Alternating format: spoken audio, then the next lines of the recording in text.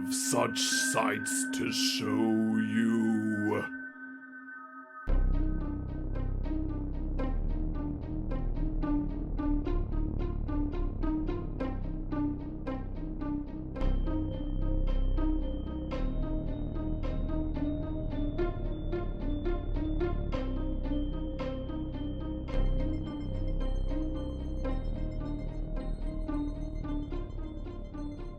We're Poppin the Scary horror podcast here. I'm your host Coale, and with me as always I have my good friend and co-host Aaron. Aaron, how's about summer coming up, huh? Yeah, summertime sadness. Got that summertime, you know. I know, summer lovin'. Yeah, that one happened so fast. Yeah, summer lovin'. Scream at my own ass. Yeah, whatever the next line Yes, is. exactly. Yeah, summer. Woo! But yeah, and that's whenever you get to start dreaming. Yeah. That was the worst transition. Good golly gosh. Wow. Okay, but we're watching the third Nightmare on Elm Street. So, just to get the general viewers up to date about your general thoughts on the series so far, since we've watched the first two films, what are your quick thoughts on entries 1 and 2? Man, yeah, I thought they were like kind of goofy, kind of wacky, kind of fun, and I liked that about them. I also just thought they weren't like, they didn't blow my brains out in a good way. They didn't blow my brains out in a bad way either, though. But I like the concept a lot, and I like, all Mr. Wiggly Hands there. So, yeah, I mean, I thought it was cool. I thought the first one was a little bit cooler, where the girls fighting back and shit. And I don't know, he's a cool villain. But I haven't been super impressed by the execution, I guess, so far. None of them have blown me into the super high ratings territory. But I'm excited to see what this one's all about. Yeah, because I know that the first one you liked okay, then the second one kind of took a step back, but you still found enjoyment in it. Yeah. So the third one, you're kind of a little bit hopeful that they kind of pick themselves by their bootstraps and just move forward. Yeah, I mean, take what's good, what you got good, and then, build on that and leave some of the bad camp behind. And, that's what I would want. That's not what I'm expecting, though. Yeah, no, I totally understand. Yeah, it's kind of interesting because I don't want to set up a precedent, mind you, with this next comment, but I do feel like I have to kind of lay this out here. Sure. And the fact that whenever it comes to the Nightmare on Elm Street franchise, there is big talk about which one's the best one, and realistically, for the most part, a lot of people say the first one's the best one, which tends to be the case with the most series and everything there. But there is hot debate with this one about people that like 1 or 3 better. So this one does stand out there. Now, granted, I'm not going to go too much into details about what people have said and everything, because obviously spoilers and everything, but not to mention, I guess I only mention this because I'm going to tell you my own thoughts about it, because I have actually seen this film, and I went into the third film feeling like, okay, yeah, a lot of people like this film and everything. I've kind of heard some tidbits about it, and I got really excited for it. And whenever I finished watching the third one, I was just like, the hell was that? I did not care for it too much. I will just be straight up honest. I'm not even going to not keep it, spoil free. I'm going to let you know what my first viewing was, that I was just like, what is this? This isn't as good as people made it out to seem. Granted, I still liked it, but I didn't get the hype about it. So that's why this one, I'm kind of going in being like, okay, maybe since I'm not going in with such high expectations, maybe I'll enjoy it a bit more since I kind of know what to expect. So I'm curious about this one, if I'm going to end up kind of favoring this film a bit more, or if I'm going to be still locked in with my previous opinions about it, because like I've mentioned before, Nightmare on Elm Street was one of those series where I like it. It's not my favorite. Friday the 13th is definitely my favorite series, with Scream not too far behind, but I still like it and everything. And I think with you by my side, I think I'm going to be able to very critically look at this film and see maybe some aspects that are definitely worth hyping up more, or maybe just doubling down on some aspects that need to be criticized, anything like that. So Yeah, aside from that, your expectations for the film is just to have a fun, goofy time, essentially? Yeah, I mean, I know we're probably going to see some of those great special effects and some of the fun, imaginative kill scenarios, fun dream play. You know, I hope we get all that good stuff, and just maybe also like a plot and some good characters would just make me creep my pants. Yeah, plotted characters are always nice. That's very nice for a film and everything else like that. So, let's see if they are up to snuff here. Yeah. So we will return after we watch A Nightmare on Elm Street 3, Dream Warriors. Ooh. Warriors. Dreams. Yeah. I am the Wizard Master. I am the Wizard Master. And we are back from watching Nightmare on Elm Street 3, Dream Warriors. Yeah, we're wide awake now. Yeah, that it's some segments did feel like a dream, but I don't know if it was exactly for the better or not. Fair enough. Yeah, for sure. Aaron. Yeah. What are your initial thoughts, bud? I liked it. Yeah, there were definitely some questionable decisions, but overall, I thought it had a lot of the good, fun, goofy stuff, a lot of the great special effects and creative kills, and Freddy was as Freddy as ever. Yeah, I thought there was a lot to like, actually. There was also a lot of just like, what scenes? So. Yeah. I'm going to be completely honest. Watching it the second time round, kind of knowing what to expect, I have had a lot more pleasant of an experience watching it the second time. I think the problem I had is whenever I initially went into it, I'm like, oh, so people potentially like this better than the first one. Mm-hmm. And, maybe we'll talk more about it later, but obviously first time round, no, it didn't top the first one for me on that time round. So going into this one there, I was definitely a lot more relaxed, and I was able to enjoy a lot more of the good aspects the film had. It still had some other aspects that definitely kind of were for better or for worse there a little bit, but at the very least I felt like more forgiving about it. Like I felt like first time round I let the critical side of me take over more so than the fun side of me for this film and everything. That's fair. So yeah, it's going to be really interesting kind of diving into this film overall, just to kind of see how deep our thoughts go and everything else like that. Yeah. So I'm just going to jump straight to the story here. Dig So our claws in, yeah. yeah, you dig our claws into this. So basically, the story actually focuses on a younger girl named Kristen, who is having a lot of nightmares, and due to these said nightmares, is ended up being put in a psychiatric ward due to her violent response to these nightmares that she has. And there she ends up finding a whole bunch of like-minded kiddos who are having the exact same sort of nightmares, and they're all trying to figure out exactly what's causing this, whereas the psychiatric ward is also trying to figure out what's causing this, but kind of dismissing the fact that there is more than likely dreamlike man running around causing these nightmares to occur by the name of Freddy Krueger. And it isn't until slight spoiler for the film, but I feel like we're going to have to talk about it due to how big of a character she is.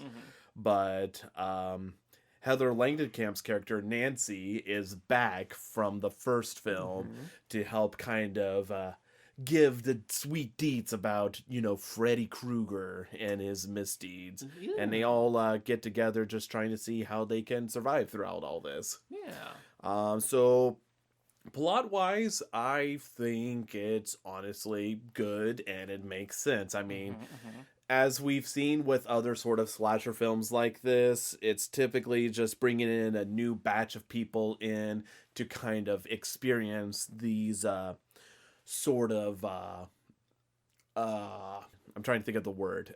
Phenomena. Yeah, it's just phenomena that these slashers bring, and especially with Freddy Krueger. And in the third one, we're back to kind of square one, because with Nightmare on Elm Street 2, we won't dive too much about that, but they kind of outdid the,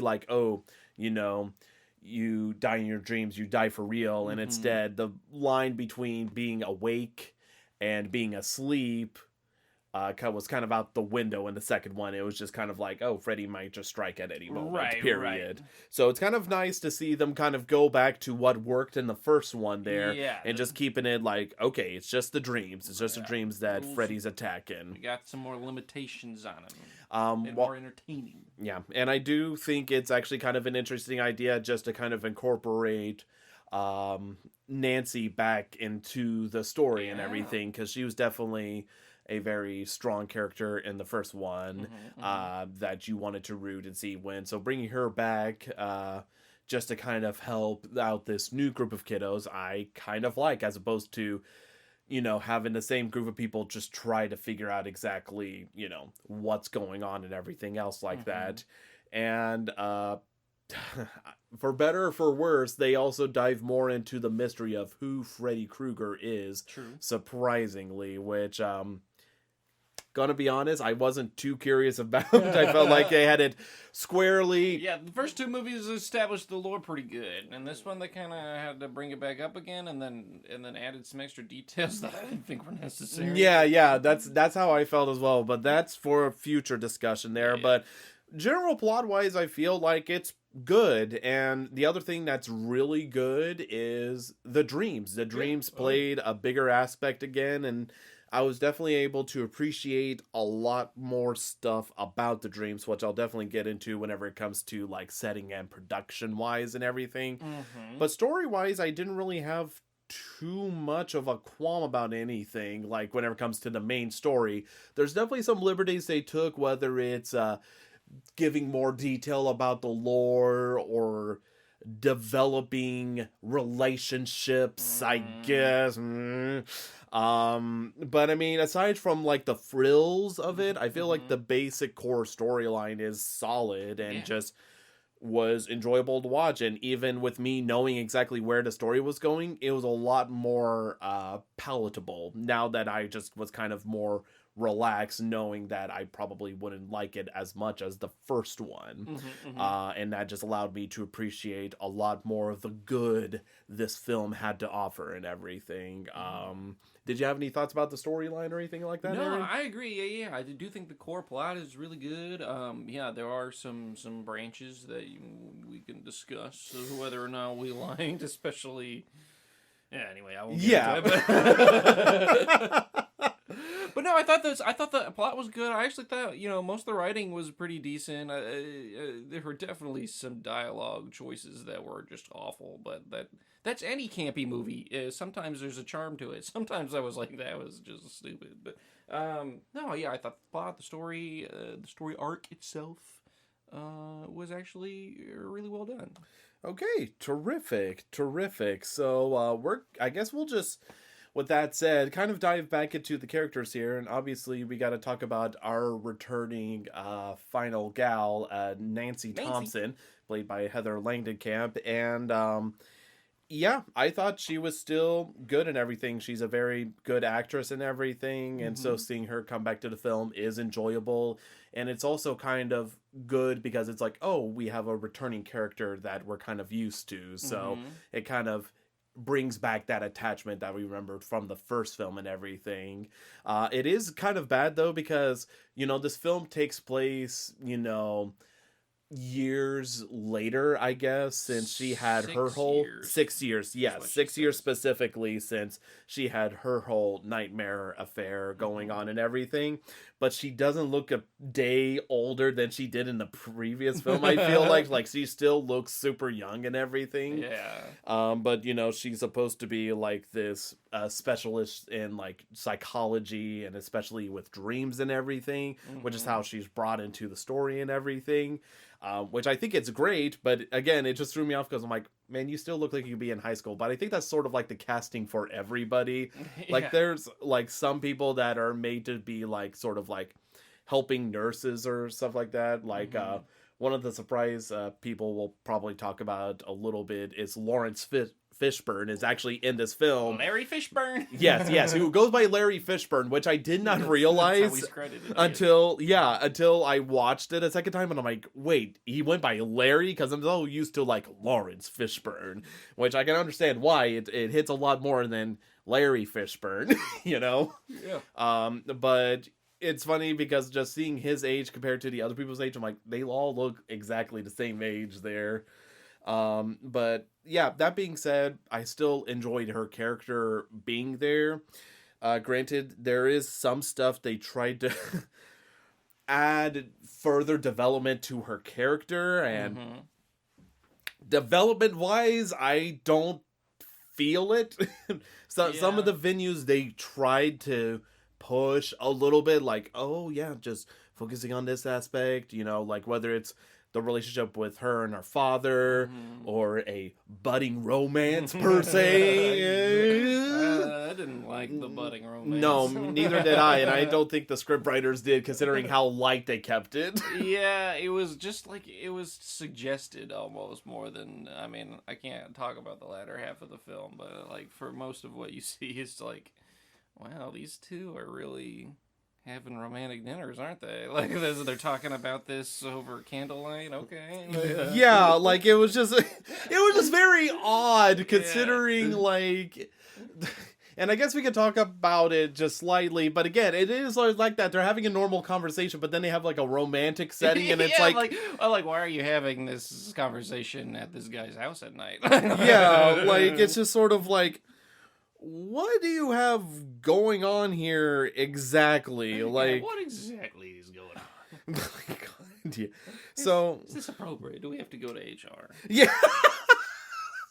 But I will say overall, I did feel like having Nancy did overall help the film and stuff stand a little lot stronger, especially having like a veteran of sorts going against Freddy, kind of helping guide these kids into surviving and everything. So I can appreciate that, and I could give major kudos to that. Yeah, I also thought it helped make this movie one that you can watch even if you haven't seen the other two. I mean, obviously the other two give context, but I feel like she just was able to just come in and be like, yeah, Freddy Krueger, he was a bad guy. You guys know this. And you could just kind of exposition it and then keep going with the movie. So. Yeah, that's really, that actually, I hadn't even thought about that technically you don't even need to see the first film to understand, because basically it's just like, you know, there's this guy that attacks you in your dreams, and if you die in your dreams, you die for real. Right. Essentially there. So, that's definitely good on you for noticing that and everything. So I guess we'll just keep on going down the list and talk about Dr. Neil Gordon, played by Craig Wasson, and he's if you could call him that, he's the main lead for sure. He's just sort of like the straight man who is also trying to understand exactly what's going on with the kids, and also kind of serves as a vehicle just so Nancy's able to talk to him about, you know, her experience with these dreams, because he's basically the overseeing psychiatrist over this main group of kids and everything, and trying to figure out exactly why they're having all these dreams occurring and everything. And, you know, I feel middle of the road with him, where I feel like he's fine. He's fine. He's definitely like, he serves the plot well, and he acts the character well enough. But yeah, the character's not anything that I'm like, gee whiz, my hero. You know? Yeah. He's just kind of like, he's kind of a goofball in all honesty there. But I don't know if that plays to his favor or not there. I'm just like, kind of like, he's fine. Yeah, he's just kind of psychiatrist with a little bit of ego, but not enough that it gets in the way of his ultimate goal, which is, I want to help the kids. I love helping kids. That's his whole personality, I guess. I don't know. He's not, I don't feel like there's a lot of depth to him. There's parts where I feel like they try to give his character a little more sides, and it doesn't work, because he just seems like the most mayonnaise guy possible. But I don't know. Yeah, yeah, it's one of those things. It's kind of hard to describe his character. I just feel like, again, he's sort of like just there to kind of help the plot move along there, essentially. Like, I can't really say too much about his character, because literally every time his character appears somewhere, it's usually either helping the plot or giving exposition to the plot. Like, he's serving as that vehicle. So, again, nothing too bad. He was enjoyable enough. I never felt like I got sick of him there. But it was just definitely like, Yep. You're doing a good job, bud. You're helping out the audience. He is there, and he's on track. Yeah. That's all he does. So we'll move over to the other gal who kind of almost becomes the main gal. Kristen Parker, played by Patricia Arquette. And, I feel like she's good. Yeah, you know? she's the kid that's having the bad dreams in the beginning, and then we follow her to the psychiatric hospital where everybody else is having the bad dreams. And so she's kind of like the main kid that they focus on that's having these dreams. Mm-hmm. And, she's definitely good at seeming terrified. She definitely can scream. She's a wailer for sure and everything. I do like how they... Again, it's more so I like how they integrate her character, but just sort of like show her, how she's dealing with it. Like, she has a great intro and everything, especially just trying to stay up late, like literally swallowing a spoonful of coffee grounds. Yeah. Yes, swallowing it with Diet Coke and everything. So I think that's terrific and everything. But... yeah, she's enjoyable. She's usually kind of quiet for the most part, so it's kind of hard to know exactly her character, besides just saying, like, she's not crazy, that, there's something that's wrong that she can't explain. Yeah, I do feel like most of her dialogue is trauma dumping. Yes, I would agree. It's understandable because we all know what she's going through. We see Freddy as the audience. Yeah, I would agree with that for sure. That's basically what it ends up boiling down to, is just her dealing with that.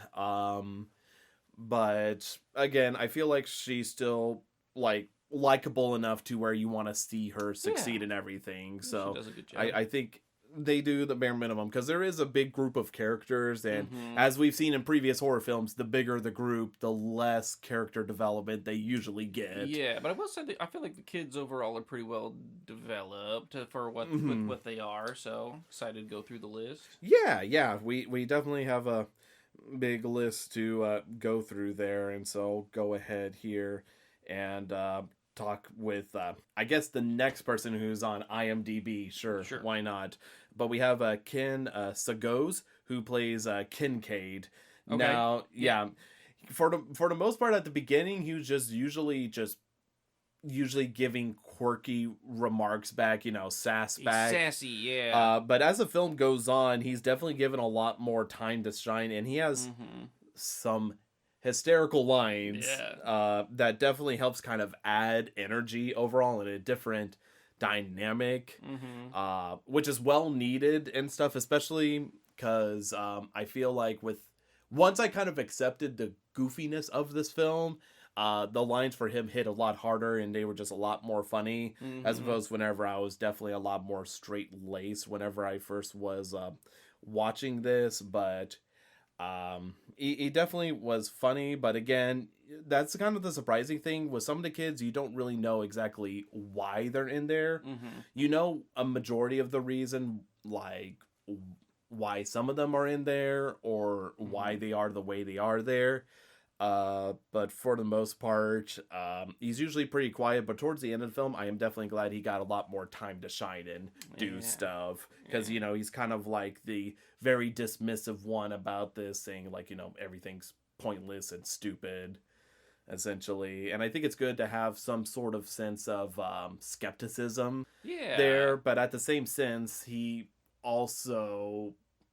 like a good middleman of skepticism, where he's just like, you guys aren't going to help us about this, but then once he sees a light of hope, he's making a mad dash for it. Yeah, I feel like he's kind of strong-willed and is pushing back and fights for himself, which kind of boils into his character as the film develops, where he's the symbol of like strength among kids, I guess. But Yeah. So I definitely would agree with that. Scrolling down the list, we also have Rodney Eastman, played by Joey. Now, Joey is the one that's actually silent. Yeah. So we're talking about people that we don't get to know too much about. right, but he's Joey, so traumatized, he's like mute, I guess. yes, and I didn't realize it at first. He wasn't able to talk until there's a moment where he's trying to communicate to somebody there, and I was just like, okay, yeah, he genuinely does not talk for any sort of reason whatsoever. But the thing that kind of threw me off there, like, correct me if I'm wrong, whenever he first appeared, doesn't he have like a tear underneath his eye, like they put in prison or something like that? Yeah, I think that was him. It was a little tear on his eye, like in marker or something, and then it's not there later. Yeah, I was confused about that because I saw that, and then He's got it's one death under his belt. yeah, and then it's just gone the rest of the time. So it's just like, okay, so I couldn't tell you what that was about. I don't know if that was something like the director's like, oh, we're gonna do this, and then they just decided, never mind, just like throw it out the window or whatever. But yeah, for the most part, he doesn't get to do a lot of development. He's just kind of there as a body, unfortunately. But he's like a dude. He's got problems, and he likes the nurse. That's yeah, definitely likes the nurse and everything there. Yeah. But for not having lines, he killed it. Yeah, no, I mean, I thought he added a little something to the group dynamic. I mean, sometimes you got to go with these sort of, I don't know, real cut out personalities, and like, that's the mute one, this is a strong one, like because they don't get a whole lot of time to develop, until like right up front anyways. Yeah, sort of like what Friday the 13th does, where it comes up with basically stereotypes almost, where you could just kind of quickly catch on to the character, so that way you're like, okay, this is the character, and you idealize it. Yeah, it gives you like a strong like nugget to hold on to, and then if the characters survive long enough to be developed, then so be it. Like, then you'll get some more details. But yeah, like I guess the crucial part that a lot of films miss is the development. They just stick with the cookie cutter. But this film, I feel like, does a pretty good job of, as you go along, the ones that survive naturally get more interesting stories. But yeah, I would agree with that. There. Next on the IMDb list, we have Jennifer Rubin's character Taryn, who is the tough chick, drug addict, like, I'm in here because I got problems, I'm not cool, but don't fuck with me because I'm sad too. Yes, yeah, very much like that there. And it was kind of surprising with her character, because I thought I was going to sense like the biggest sense of rebellion from her, but really it was more so from Kincaid than it was from Taryn. Right. But there is definitely like a sense of rebellion, like especially whenever one of the male nurses tries to hit up on her there, she's like, up yours, Very go fuck yourself. scene. Yeah, very uncomfortable. Good Lord.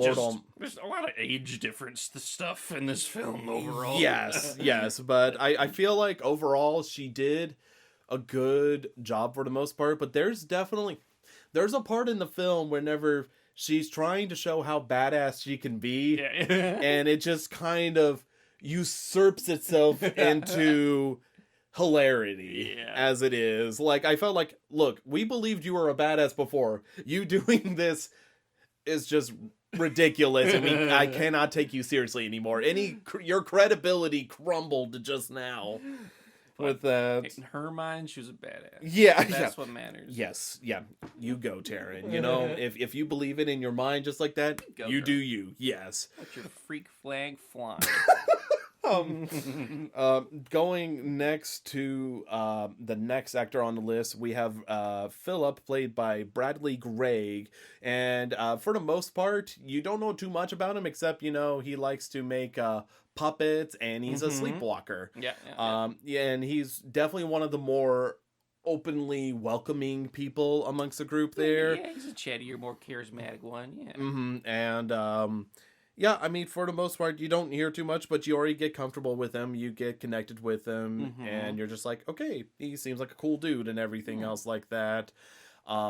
He doesn't get too much more development aside from that there, but again, stringed along. Yes.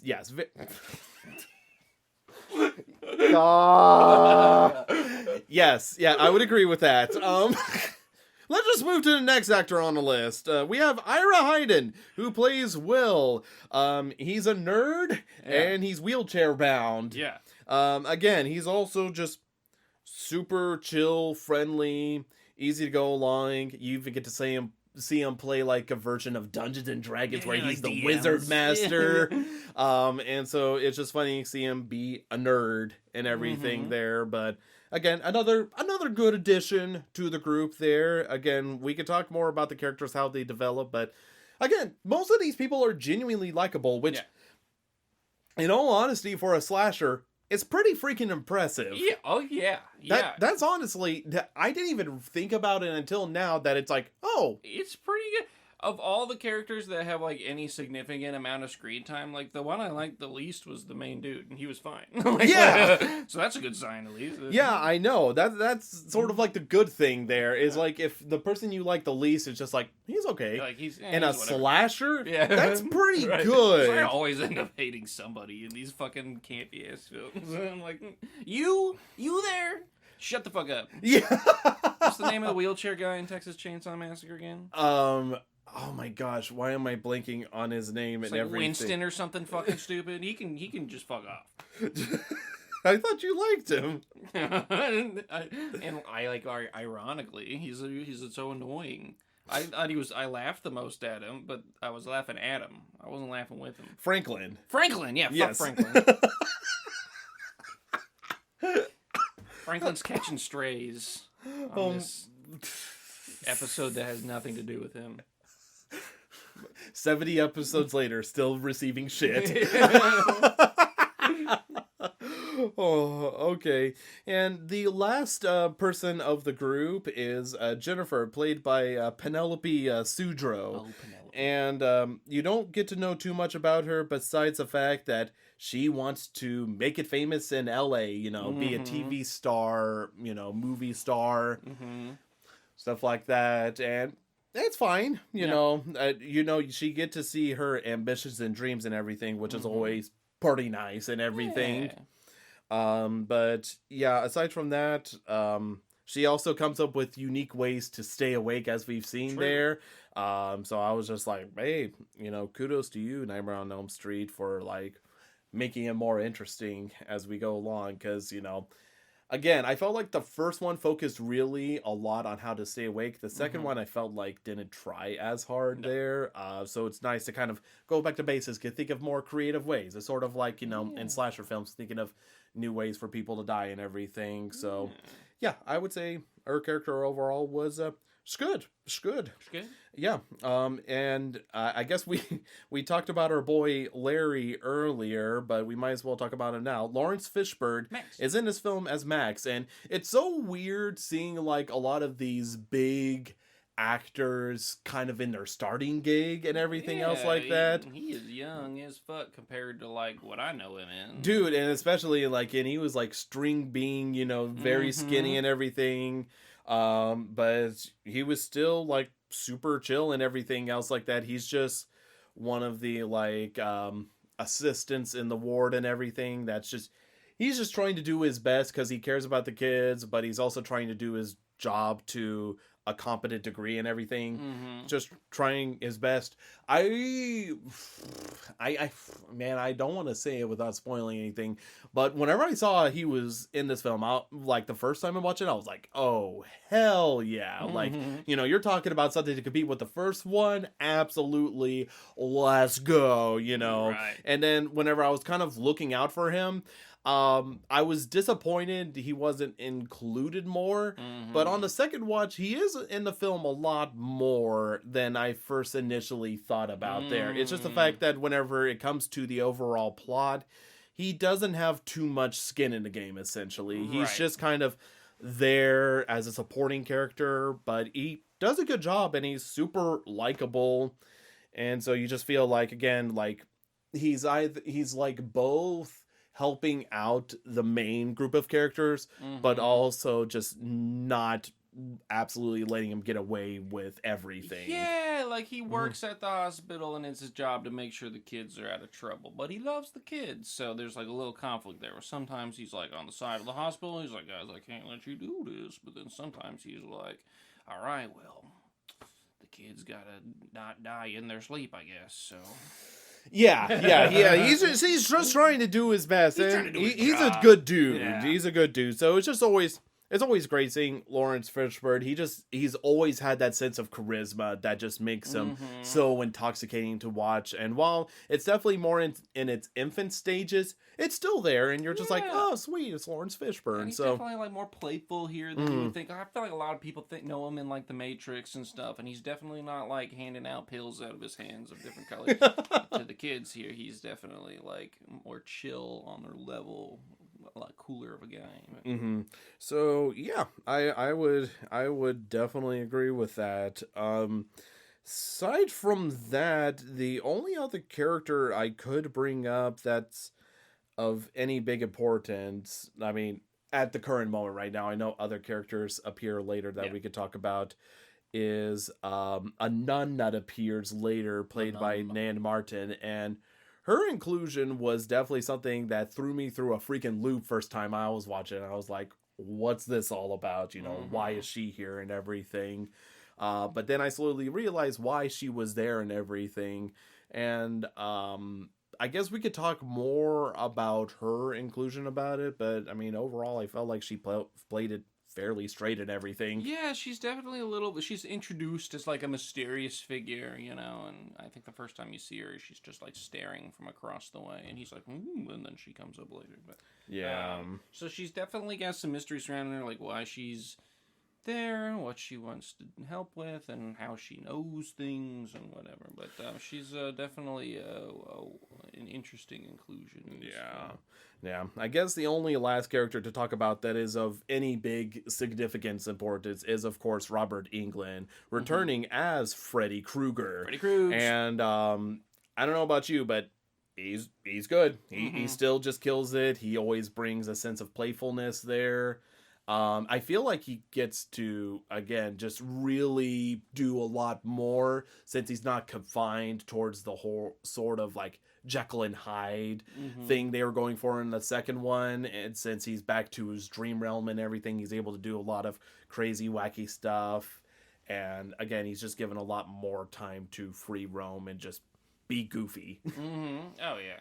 He's, I feel like he's really at the height of just the wacky stunts in this one for me. Yes, he's pulling all kinds of crazy shit. Yeah, was he the highlight of the movie for you? Yeah, I mean, of course, he's gotta be. Yeah. All right. The other character I just mentioned real quick is the doctor lady. What's her name? Dr. Elizabeth Sims. And don't think I'm impressive. No, she's played by Priscilla Pointer. Yeah. I didn't like her role at all. Me neither. I didn't think she acted it particularly well either. So get fucked. I'm just talking shit, throwing straight. But no, I think she's important enough just to mention briefly because she's the like head resistance from the hospital or whatever, where they're like, we gotta figure out this guy killing them in their dreams, and then she's the one that's like, I'm a doctor, and that doesn't happen, so please. Yeah, she literally just embodies a conflict. Yeah. Like, she has no personality besides, I am the conflict. Yeah. Like, there is nothing just to her. Dry, delivered lines. Yes, just think of a doctor that causes conflict, and boom, you got it. There, essentially. Got her. And I don't think that's necessarily a fault of the actress as it is the script, because I think by that point, they're like, we just need this to work. That is literally all her character is, so. Yeah, no, that's fair. But anyway, yeah, I know. A whole slew of characters to talk about this time round. Am I right? Yeah, a whole bunch. And I felt like all of them, they served their role well, at least. Yeah, I would definitely say so. I guess we could talk about one of the things I'm kind of curious to dive into, and that's the setting. Yeah. Overall, I thought the setting was pretty good. Yeah, I liked it. Again, going to a psych ward and everything, I think definitely upped the tension, because kind of before in the first film, the students are still free roaming for the most part, because they're still going to high school and everything, and they only start to tighten up security whenever things start to get worse and worse. But in the psych ward, they're already in a contained environment with a lot of people, and there's a lot more people that are not only not willing to believe them, but they're quick to sedate, which I do like that, because it basically just threatens them like, oh no, you're going to make me go back to the dream world, essentially. So being in a situation like that, I think definitely ups the conflict about that. And it's a really sorry, I didn't mean to. Yeah, no, it's you're a really go ahead. Interesting conflict too, because like they're trying to help, but they're also actively hurting. You know what I mean? Like the hospital wants these kids to stop having the nightmares or whatever, but like the way they're doing it is hurting them more. So it's one of those things where it's like they're not necessarily the villain, but what they're doing is a conflict.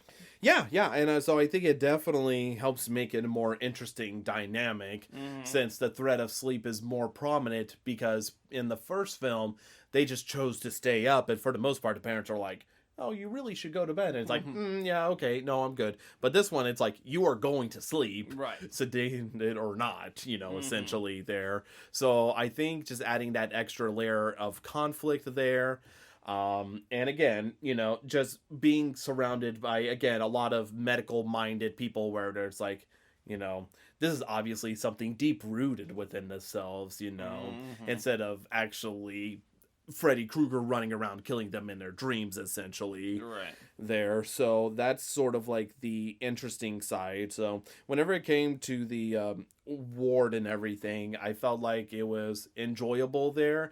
But the thing that I kind of picked up the most, that I was like, man, I feel bad for kind of bashing this film a little bit, is the dreams. And here's one of the things I picked up about the dreams there.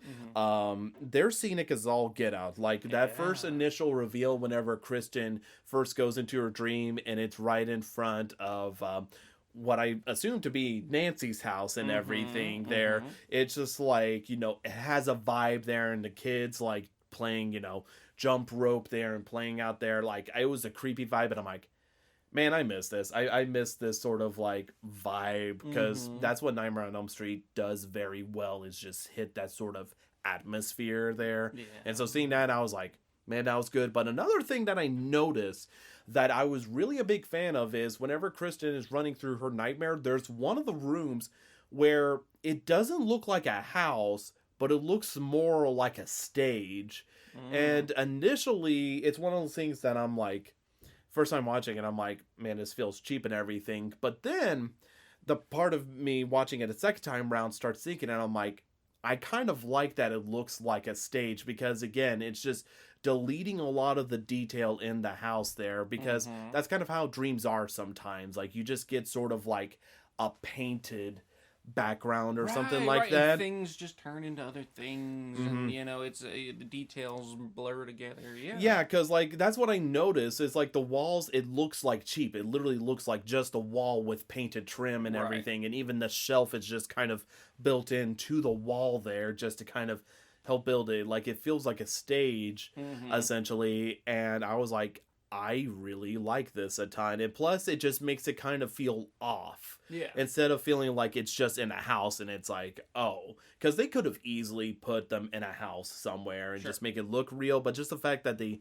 made it a stage, I was like, I like this. I like this a ton. And again, they do a lot of the dream tropes that I really like a ton. Like whenever Kristen is trying to run down the hallway there, the floor turns into basically like a tar pit essentially there, and she's not going anywhere. And it helps kind of mimic the feeling of like, not being able to get away there. And so I feel like they're going back to the ideas about stuff that happens in dreams and translating them super well to the movie. And I don't feel like I gave it enough credit whenever I watched it the first time round. Just how imaginative the dreams are and how visceral the dreams are, especially with a lot more of the creepy aesthetic. Like whenever one of the furnaces lights up, I see a whole bunch of skeletons there. There's definitely a lot of stuff that I kind of took for granted the first time round, as opposed to looking at it and I'm like, man, that's cool. That's cool. That really helps deliver the vibe of this movie. Yeah, and I feel like, you know, as opposed to what they tried to do with some of the other ones, especially the last one where they tried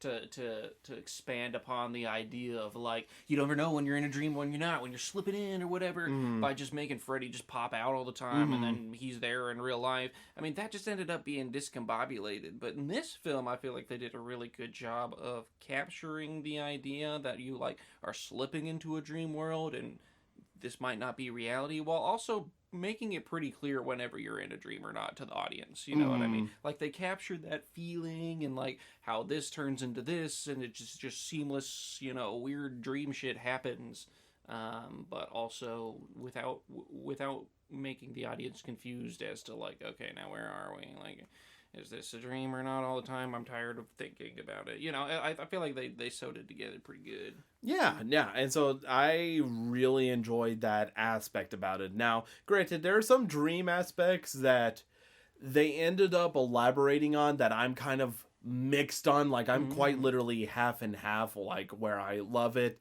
but then they do some stuff with it, and I'm like, I don't know, but that's obviously for spoiler territory. But for the most part, the dreams, and I think you make it a very good point. In this film, they don't quite try, good Lord, I can't talk. They don't try quite as hard to be like, oh, are you dreaming? Are you not? They definitely do that a little bit, but it was more so a thing in the first film, I felt like. Whereas this one, they're just like, yeah, you're in a dream, but we're going to make this absolutely wacky and everything, and definitely stretch it out. So I definitely can appreciate a lot of it. Another thing I can appreciate is because of the setting, there's definitely a lot of, like, set pieces where there's, like, some visual stuff that pops up, and I'm like, man, that's definitely a cool visual thing right there that they're doing and everything. And that kind of plays into the special effects, which I'm going to be honest, I also don't think I appreciated quite as much the first time round. I think I took it once again for granted because I'm watching some of the practical effects and I'm like, that is so cool how they did that, and I honestly can't even begin to think how they did as much stuff as they did, because not only that, but a lot of the visual effects look really good. They look super good. No, I love most of the special effects. There's definitely some duds in here. There's definitely some shit that did not age well. Do not get me wrong. But as far as, like, practical effects go and, like, the effects overall in the movie, I feel like were just really, really creative and interesting. Yeah, and I felt like, you know, they definitely spent a lot of money and effort into a lot of them. Now, granted, some of them, cheesy beyond all get out and everything, but for the most part, it was good. It was really, really good, and I was just like, man, it just kind of made me realize that I was too harsh on this film. That is my overall feelings about watching this film a second time, is that I was too critical of this film watching it the first time round, because there's definitely a lot of good stuff with this film that I'm like, man, I can appreciate so much about this stuff there.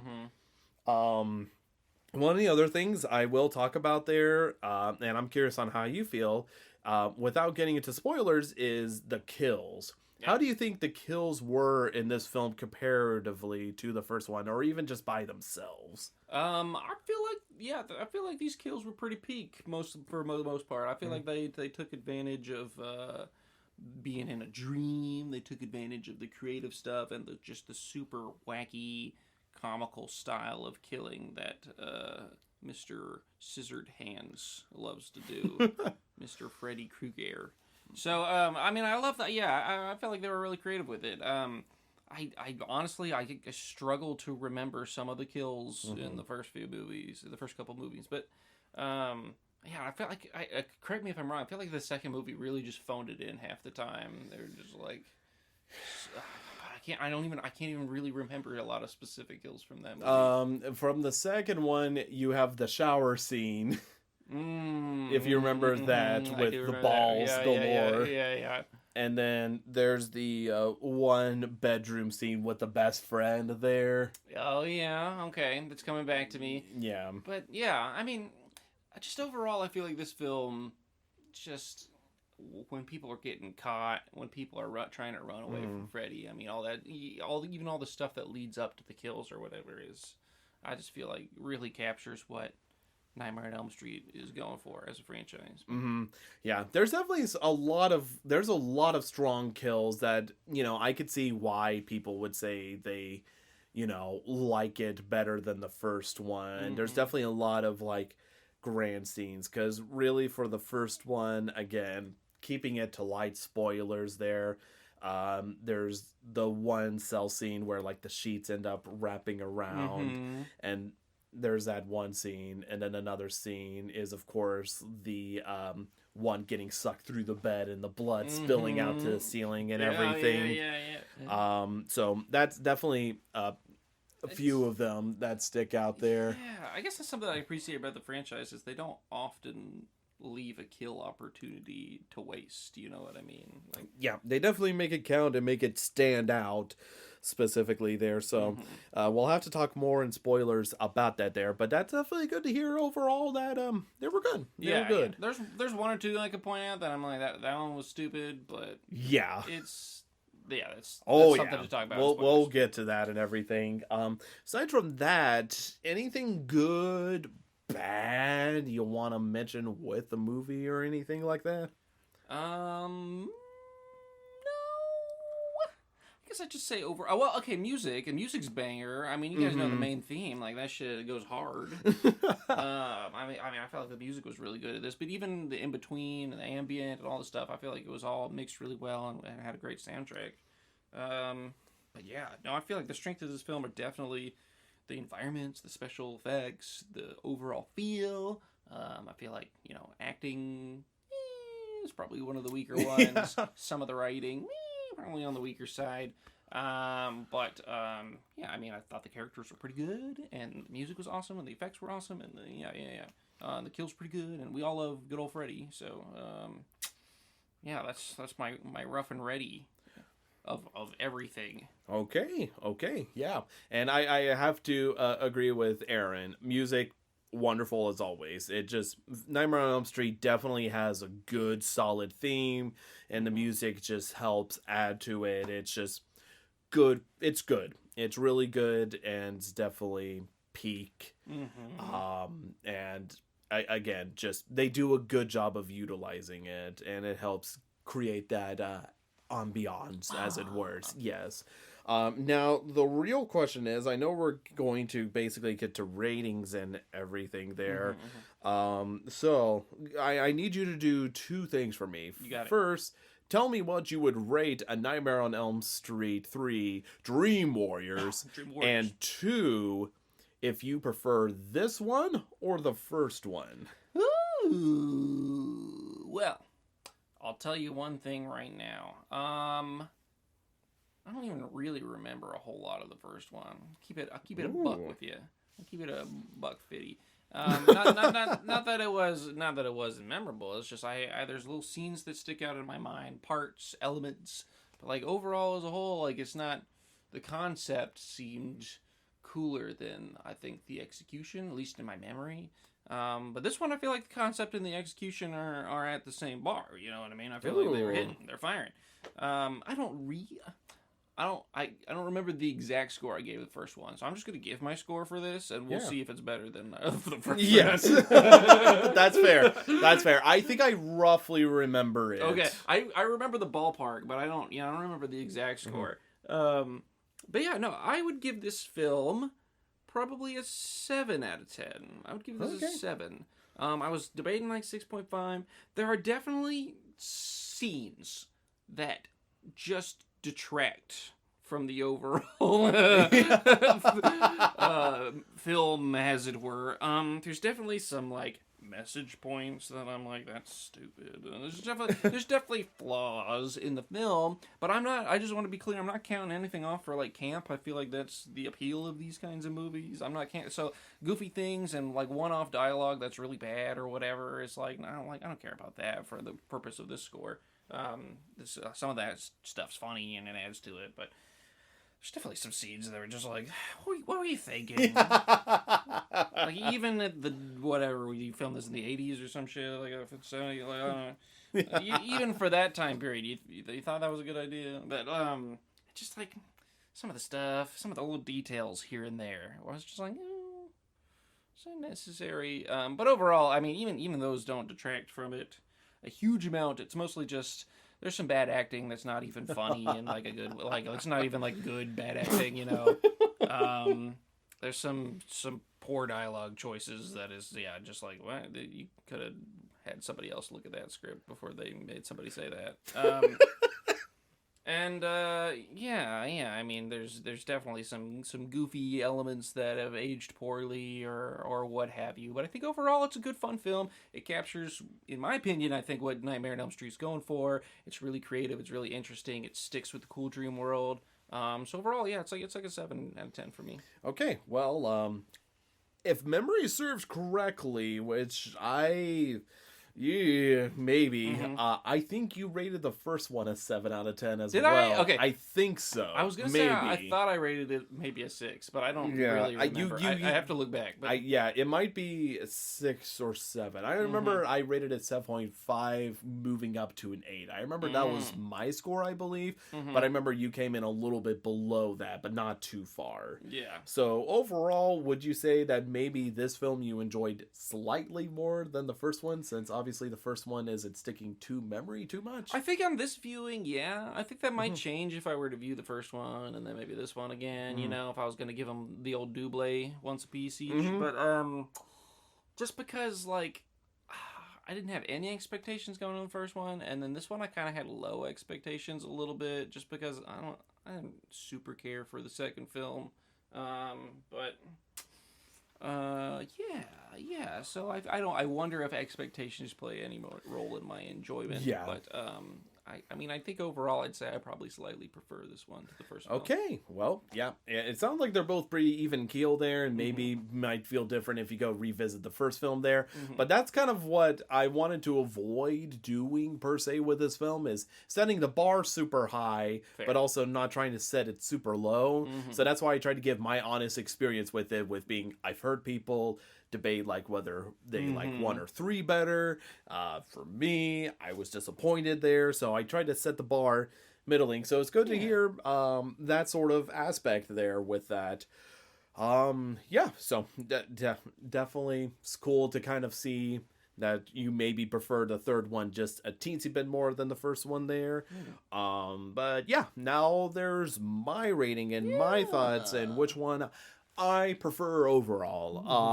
It's one of those things that watching this film, I like it more than I did the first time. And that's definitely something I am happy to report and everything there. And maybe it's just out of good old nostalgia or something, but I might prefer the first one more still. I think it just has to do with the fact that I feel like, you know, the lows in this film hit harder for me than the lows in the first film. And like, while I feel like it's a really good sequel for what they do with Freddy and they up the ante and the dreams and everything else like that, I still have that attachment to the first film and everything, just sort of the scenes and the ambiance. And, you know, like if someone now comes up and says, I prefer the third one over the first one, I think I am comfortable now with being like, okay, cool. You know, I can understand that. Yeah, but I still think I prefer the first one there. Ratings wise, it makes it difficult because I do enjoy this film, but there's definitely some aspects that I'm just like, oh my god, this is it's like it's one of those things that they have campy stuff happen, but it's so hard whether to place that camp as a positive or a negative. There's both. There's definitely moments where I'm like, that was bad, just bad camp, and this over here is good camp. That wacky special effect, that was great. That one line about it's just rough, and we'll talk about it each one, but I will say there's just definitely a lot more stuff they decide to either add to the lore or decisions they make or dumb things they decide to try to add ruffles to that I'm just yeah. like, no, that doesn't work out for me. So with that, I feel like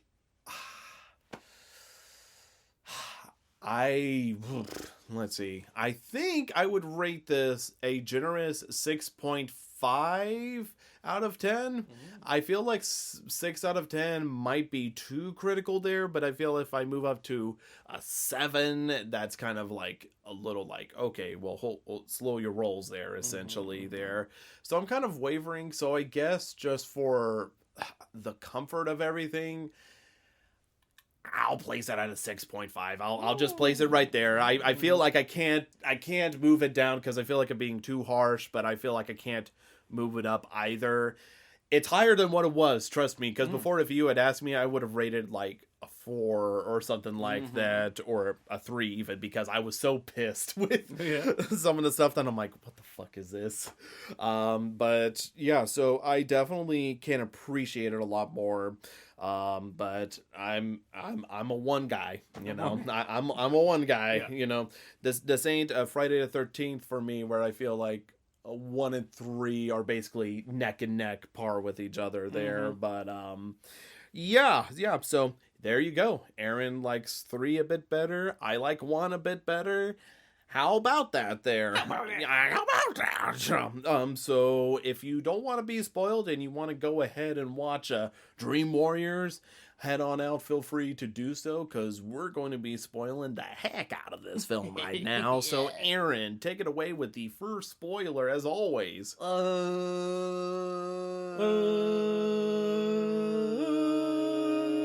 What was the raping thing about? I know! That's one of my biggest things that I'm like, cool.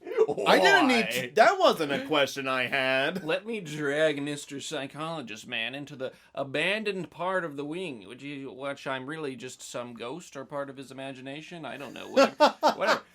He's never questioned really what this entire dilapidated part of the building that's been closed since the 40s that we're going to tell you about. Anyway, yeah. Did you know that Freddy Krueger's mom was gang raped for days by hundreds of mentally insane patients? And then that's why Freddy Krueger's such a bad little baby? Anyway, we thought you needed to know, so there's the lore dump. Now go find his bones or something. It was just a weird, like, I don't know. Like, if that was me sitting there, I'd be like, oh, was that necessary for me to know? Yeah. Did I have to know that? Like, and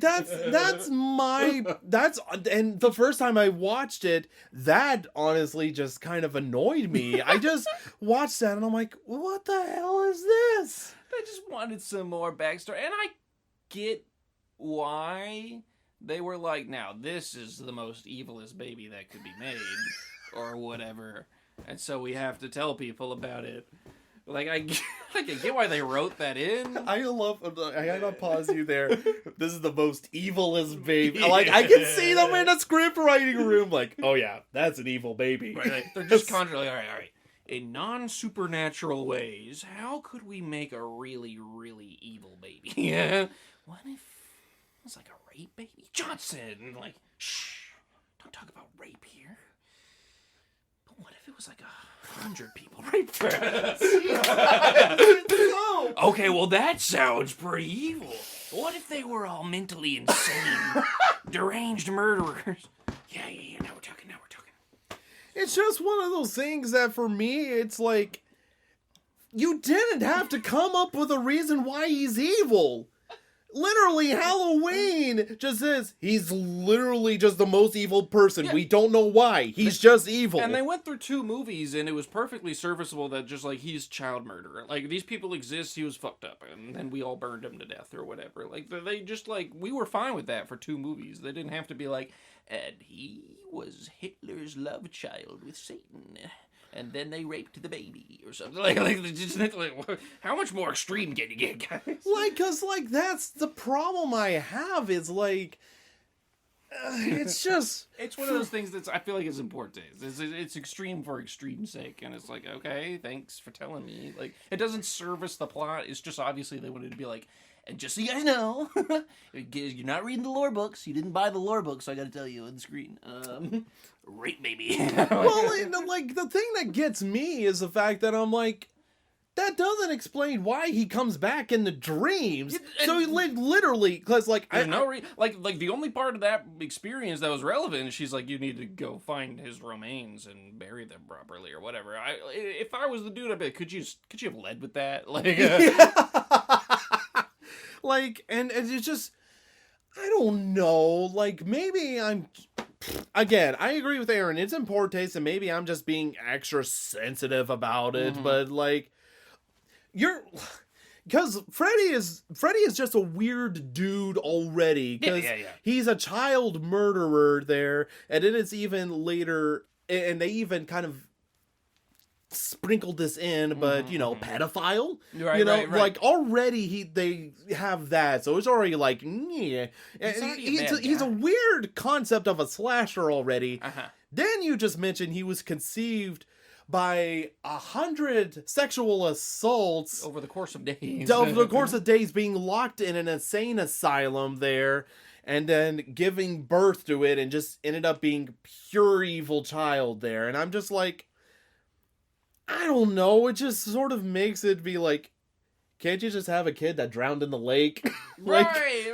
Like, just simplify it. Like, we felt like it was good in the first film. It's just, there's this evil, like you mentioned. Yeah. And so that put me out of the film. And so it was an uphill battle for 3. But once I knew that bit was in it, I was more receptive to a lot of the good stuff it had. Because I was just like, this is stupid as hell. So I'm glad to see you agree with me on that, because I was just like... It was one of several moments, but probably the biggest moment in the film. One of several moments I was just kind of making like a grossed out face at the screen, just like, ew, like, ew. Like, yeah, it just... I don't like this. This makes me uncomfortable. I don't know. It just...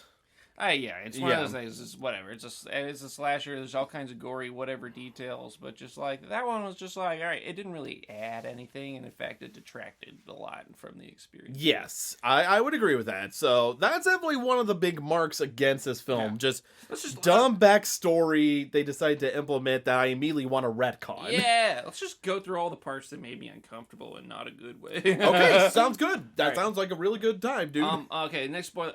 Whenever Joey, the mute kid, wanders off because he sees the nurse or whatever in the dream. God. This one I get, but in the moment I was like, I don't know that I like watching this. Because it's like a kid, and it's a real kid actor. I don't know, maybe he was 18 and just looked like a little kid. I don't know. But he's a young guy, and there's an older woman, and the older woman just has her tits out all over him. I mean, I know it was actually Freddy Krueger the whole time, and in the story, in the lore, it's him imagining this, and he's dreaming this, and then becomes Freddy.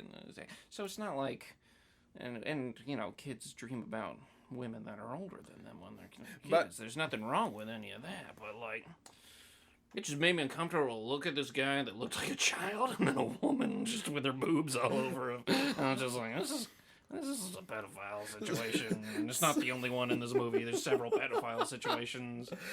Fun fact: I looked up the age difference. Okay, yeah. Your drum roll with this one, right? So Rodney Eastman was born in 1967. Okay. And just to let you know, this film came out in 87, so he was roughly 20. Okay, yeah, he'd be a little younger, but yeah, but he'll be an adult probably when they're filming. Yeah. The nurse, played by Brooke Bundy, nurse named Elaine Parker, was born in 1943. So if we took it, there's a 24 age difference. So it's just barely just... Yeah, it's one of those things that just, any sort of age difference thing, like, live your life, kings. But, like, it just makes me uncomfortable to look at that. Like, I was just like, whatever. But it's one of those things that after I watched it, I was like, okay, I get it. Like, it's the kid's dream perspective or whatever, but...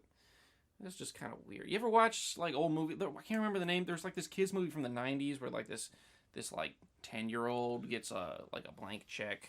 And he becomes a millionaire because he cashes it, and like the bank takes it or whatever. And there's like a whole love story with this like 38-year-old woman, and he's like 10 or something. Like, there's just they used to just make movies like that, and it was like, yeah, whatever. And she like actually kisses him. Is it literally called Blank Check? Blank Check.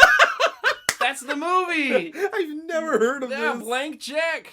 Well, check it out sometime if you want to watch an actual child kiss a grown woman. And they just used to film this and then put it out in theaters for you to watch with your family.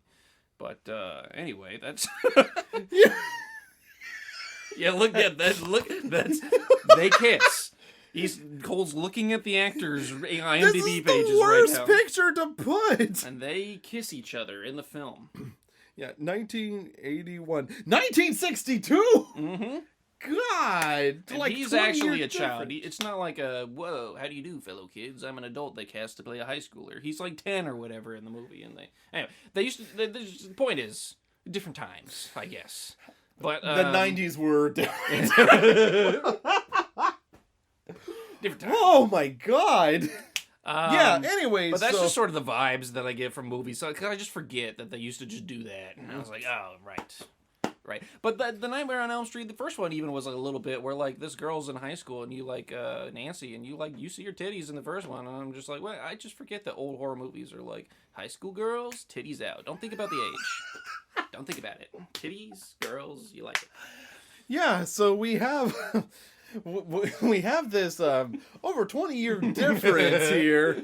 But that one was my more minor. The one that made me more uncomfortable, even though it didn't involve any nudity or whatever, was the male nurse guy that was hitting on the chick, and he's like, "Hey, you want to do drugs with me?" And she was like, "No, I'm gonna report you." And he's like, "Haha, they won't believe you."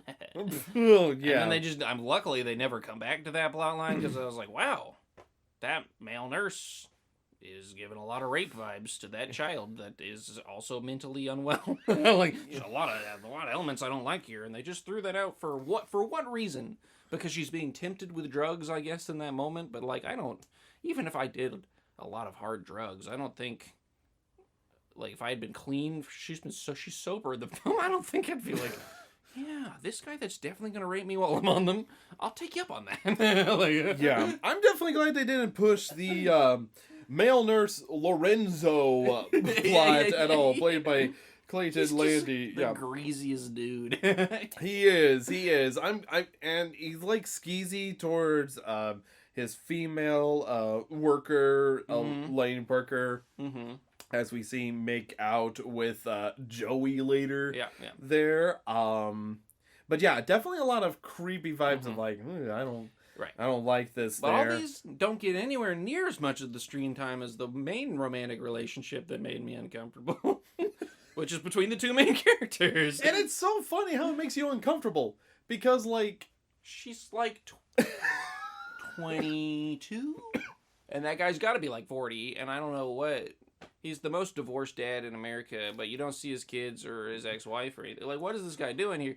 I don't know. Maybe he just looks a lot older than he's supposed to be, but he's like, it's just weird that she's like, they're like a weird slight enemies to lovers arc. He's like, I don't want no person coming in here, no intern coming in here and telling me how to run my psych clinic, and then immediately just starts like trying to date her. Like, surprisingly, compared to most people, they're 10-year difference. 10-year. He just that's ages not that bad. Way different. She just still looks like high school Nancy. Yes. And he looks like he's 40. Yeah. He definitely has divorced dad vibes, as you said. And like that's the weird thing with this film. They like try to shoehorn some romance in there, but they don't commit to it either. They don't. They just kind of put them in romantic settings and like imply it, but they never they don't kiss. Thank God. They don't like fuck. Yeah.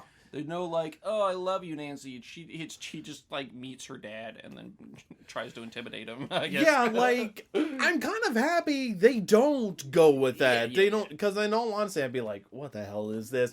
But I guess they just do it enough for him to give a shit about the plot, I guess. I guess for him to have a reason to like trust and believe her, like he has to be sexually interested in her, because that's how movies work when you're in the patriarchy, kids.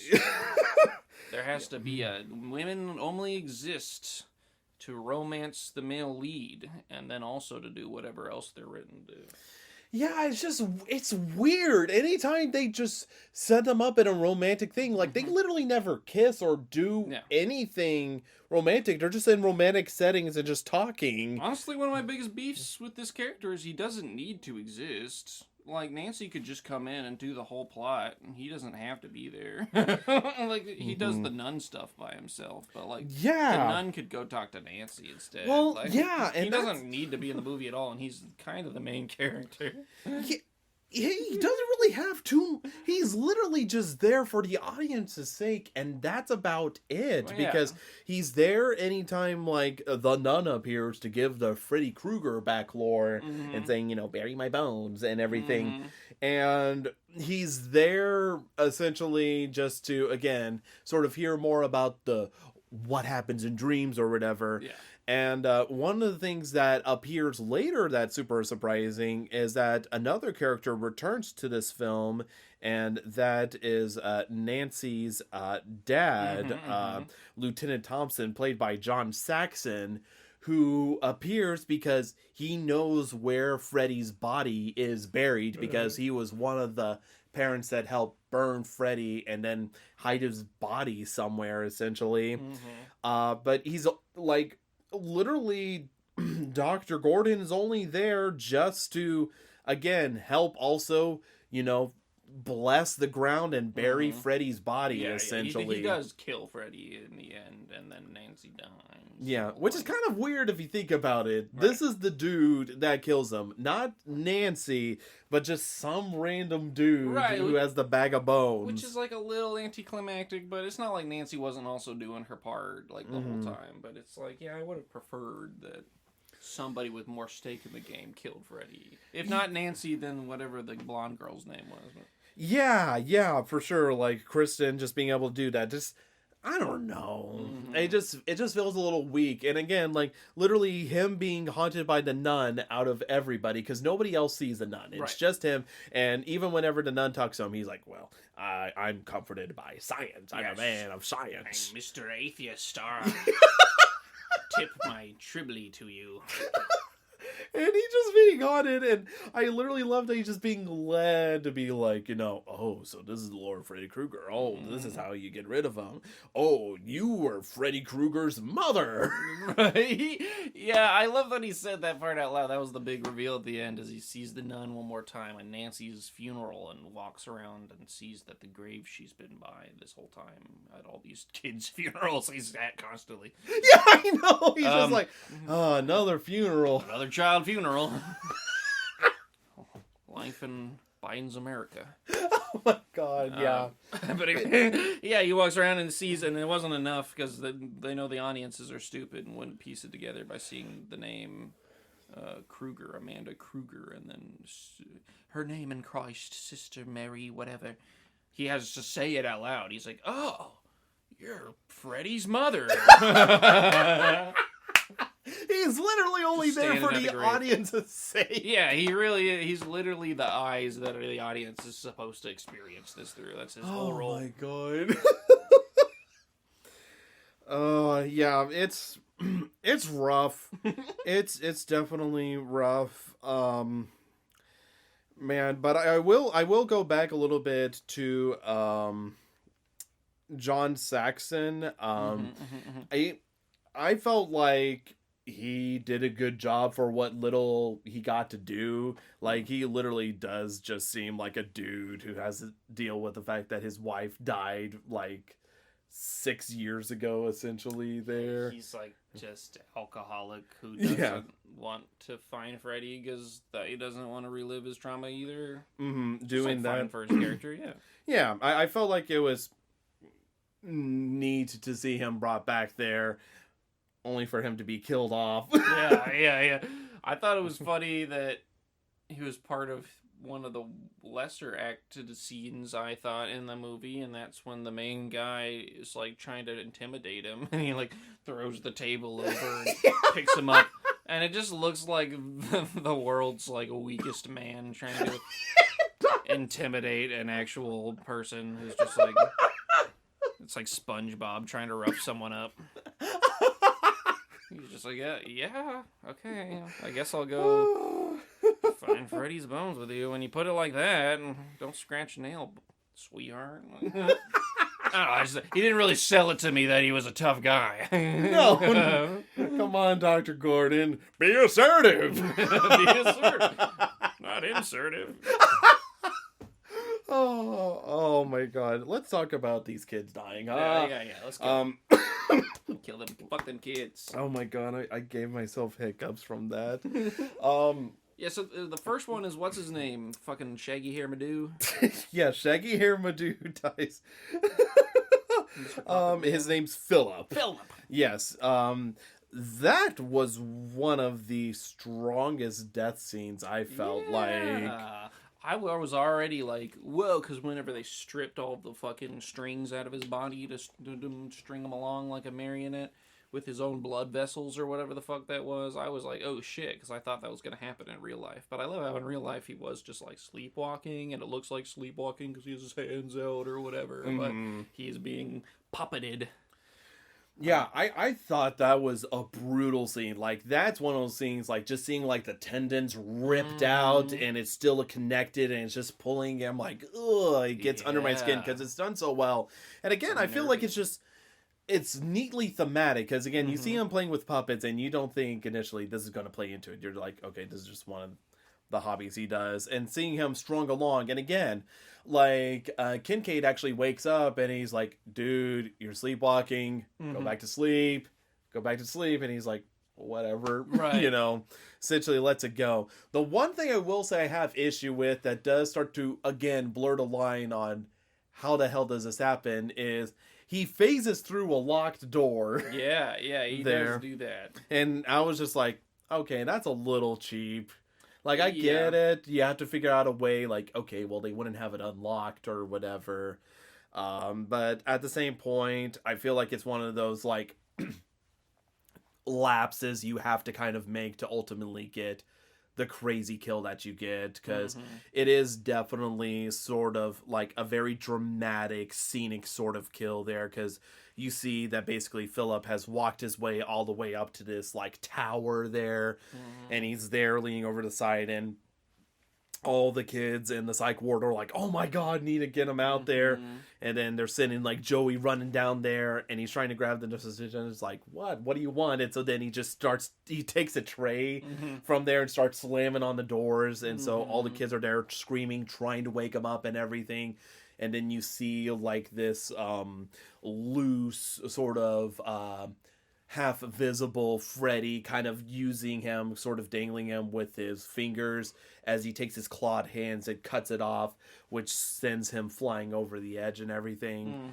I think it's just very visually a cool kill. It's very imaginative, works out super well. It stands out super strong. It's a really strong freaking kill. It's a great first one, too, because it really just shows, I mean, literally, Freddy lording over this psych ward or whatever. Like, he's terrorizing these kids, and it shows what a threat, and how it's like a group thing, too. They all get woken up, and they all see it happen, and they're all screaming, but none of the adults see it, and they all go, oh, well, he killed himself. He just killed himself. You kids don't know anything.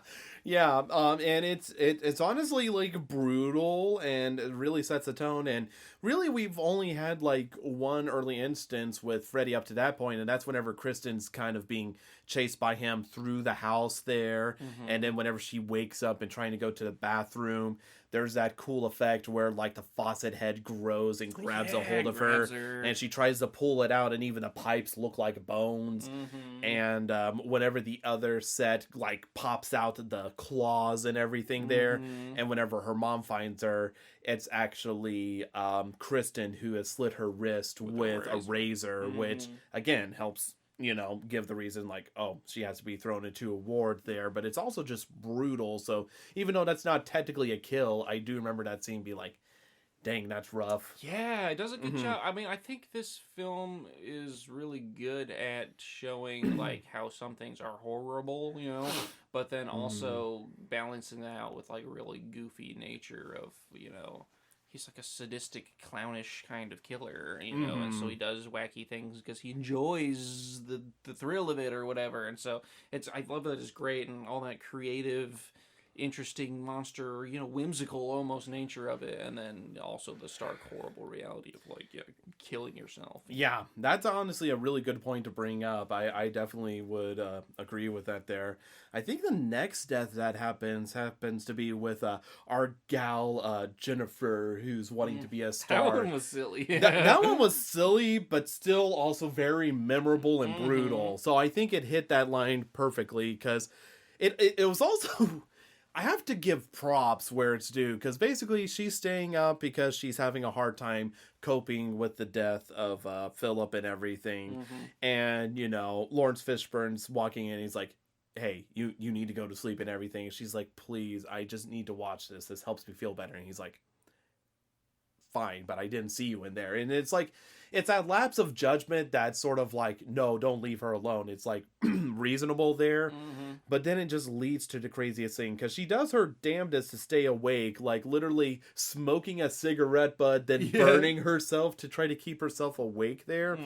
But then it ends up being one of the craziest things leading up, because she's watching TV.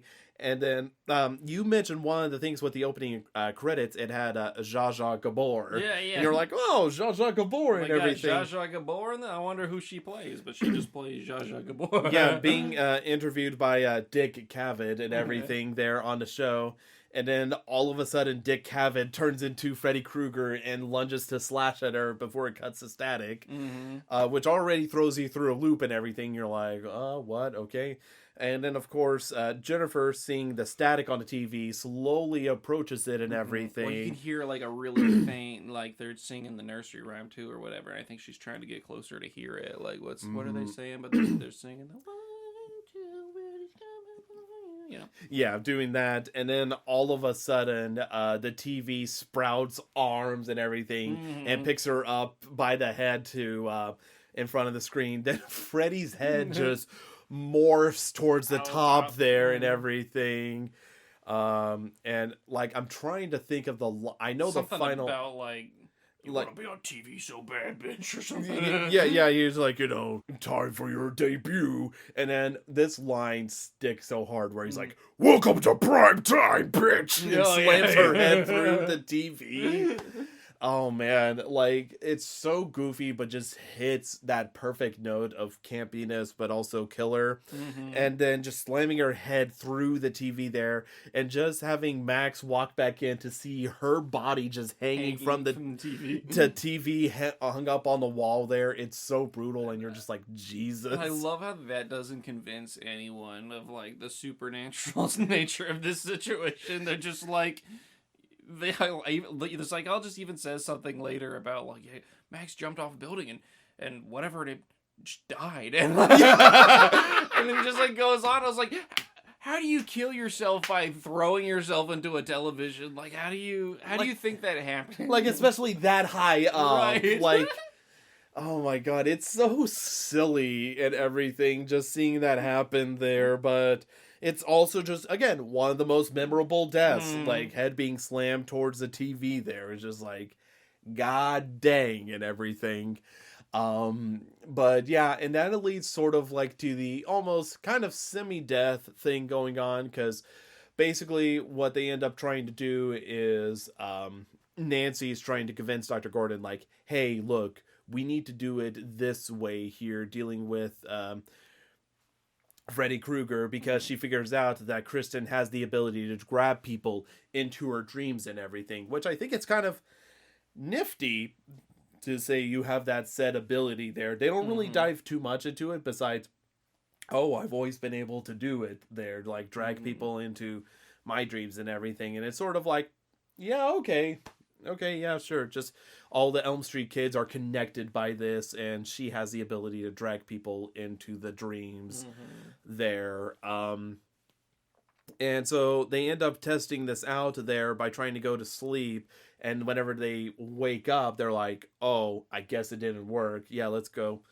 try something else. Meanwhile, Joey is lured away by Nurse McGee. Nurse Tits McGee. And nobody notices. Yeah. They're just sort of like, well, I guess we'll just try tomorrow and everything.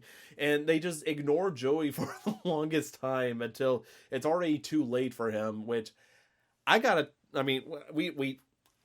talk about some aspects of the scenes, but not the aspects you expect me to talk about with that. Because basically, whenever he's brought into the room, the nurse is being all seductive, like, unzip me, and doing that. And then she's like leaning over to bed and like giving him loads of tongue and everything. And then it just quickly turns whenever like she pulls back and there's like this massive tongue coming out her mouth. And I have to give credit to this actress where it's due. Being stripped down to nothing but wearing a thong, Elaine Parker, the character played by Brooke Bundy, is able to give the wildest look with her eyes, like deranged look in her eyes as she's slinging tongues out her mouth to bind him to the bed and everything there. And I'm like, I am horrified in more ways than one there.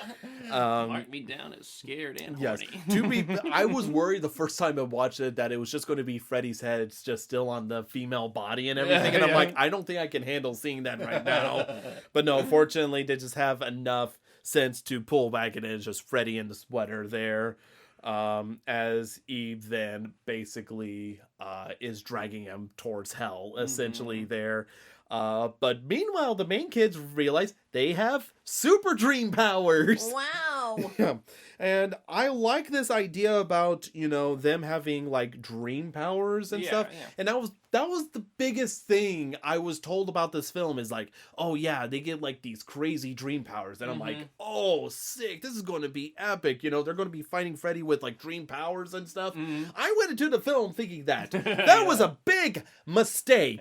Because they do not a lot with it. Yeah, there's not a... Yeah, there's really don't accomplish much with the whole dream powers narrative. They don't accomplish much with the whole, like, drug that makes you not dream narrative either. That just kind of gets dropped. But... That did get dropped because they're doing this thing, like, we need to keep these kids on this medication that's not going to give them dreams. And Conflict McGee doctor is like, well, you can't do that. The dreams are what helps them solve things. Yeah, and they're like, well, that's stupid. Let's just prescribe it. And then, yeah, the day the drugs get there, I guess they get fired. And then they're like, no more drugs, because that was actually what was going to make you kill yourself. Yeah, exactly, because it's Joey being in a coma there that just gets them fired off the force, essentially. But... like, they're doing these, like, sort of powers there, and I kind of laugh at some of their superpowers, because, like, with Kristen, her superpower, doing a backflip.